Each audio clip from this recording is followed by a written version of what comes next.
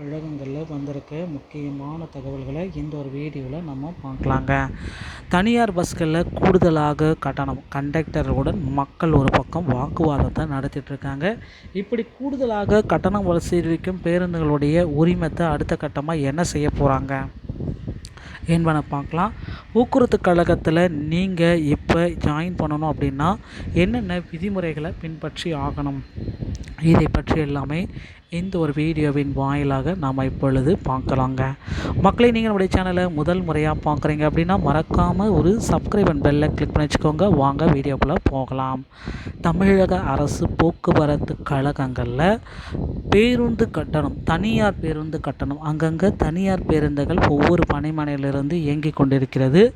So தனியார் பேருந்துகளுடைய கட்டணம் திடீரென உயர்த்தப்பட்டிருக்கிறது.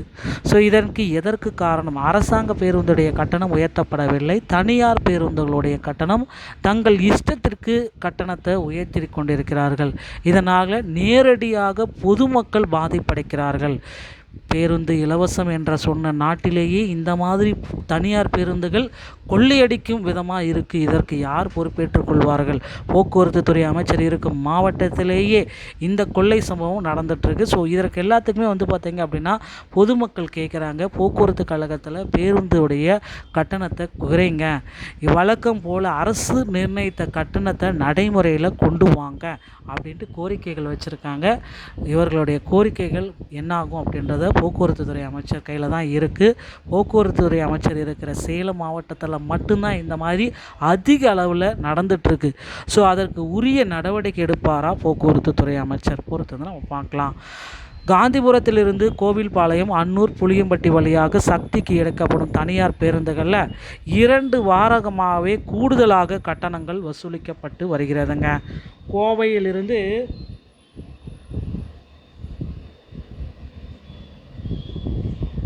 கோவையிலிருந்து சக்திக்கு வழக்கமாக 42 ரூபா கட்டணம் இப்போது தனியார் பேருந்துகளில் 45 ரூபாயாக வசூலிக்கிறார்கள்.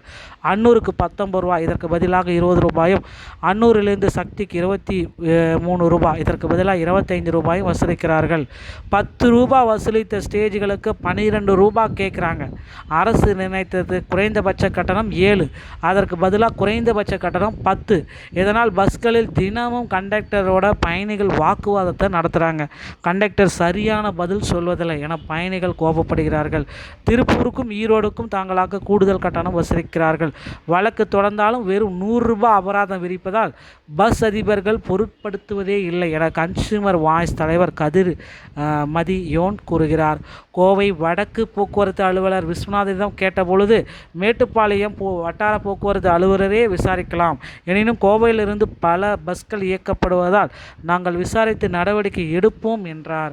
மேட்டுப்பாளையம் வட்டார போக்குவரத்து அலுவலர் சத்யகுமார் என்ன சொன்னார் அப்படின்னு பார்த்தீங்கன்னா, அவரும் பார்த்தீங்கன்னா விரைவில் இதற்கு முக்கியமாக நாங்கள் நடவடிக்கை எடுப்போம் அப்படின்றத குறிப்பிட்டு சொல்லிட்டாருங்க.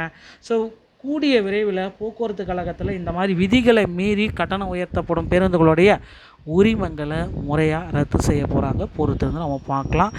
இதற்கான அப்டேட்டை போக்குவரத்து துறை அமைச்சர் பார்த்திபன் அவர்கள் வெளியிடுவார் அப்படின்றத எதிர்பார்க்கலாங்க. மக்களை நீங்கள் போக்குவரத்து கழகத்தில் இப்போ இருக்கிற டைமில் ஜாயின் பண்ணோம் அப்படின்னு வச்சுன்னா உங்கள் அருகாமையில் இருக்கிற ஆர்டிஓ அலுவலகத்தை அணுகி டிரைவிங் லைசன்ஸ் மற்றும் கண்டக்டர் லைசன்ஸை எடுத்து தயார் நிலையில் வைத்து கொள்ளுங்கள். ஸோ இப்போ டிரைவிங் லைசன்ஸ் எடுக்கணும், தமிழ்நாடு ஓட்டுநர் பயிற்சி பள்ளி அணுகி நீங்கள் டிரைவிங் லைசன்ஸ் எடுத்துக்கலாம். பேட்சி ஹெவி எல்லாமே பண்ணிக்கலாம். ஆனால் கண்டக்ட் லைசன்ஸ் எடுக்கணும் அப்படின்னா தமிழ்நாட்டில் நீங்கள் ஃபஸ்ட் எய்ட் சான்றிதழ் வாங்கணும். இது செயின்ட் ஜான் ஆம்புலன்ஸ் மூலமாக கொடுக்குறாங்க. மேலும் தமிழ்நாடு திறன் மேம்பாட்டு கழகத்தின் மூலமாகவும் கொடுக்குறாங்க. இந்த ஃபஸ்ட் எய்ட் சான்றிதழ் வாங்கிய பிறகு தான் போக்குவரத்து கழகத்தில் நீங்கள் கண்டக்டர் லைசன்ஸை பெற முடியுங்க. இந்த ஒரு வீடியோ பதிவு இதை பற்றி தான் உங்களுக்கு விளக்குகிறது. வீடியோ உங்களுக்கு பிடிச்சிருச்சு அப்படின்னா நீங்கள் நம்முடைய சேனலோடு இணைந்திருங்கள். நன்றி, வணக்கம், தேங்க்யூ.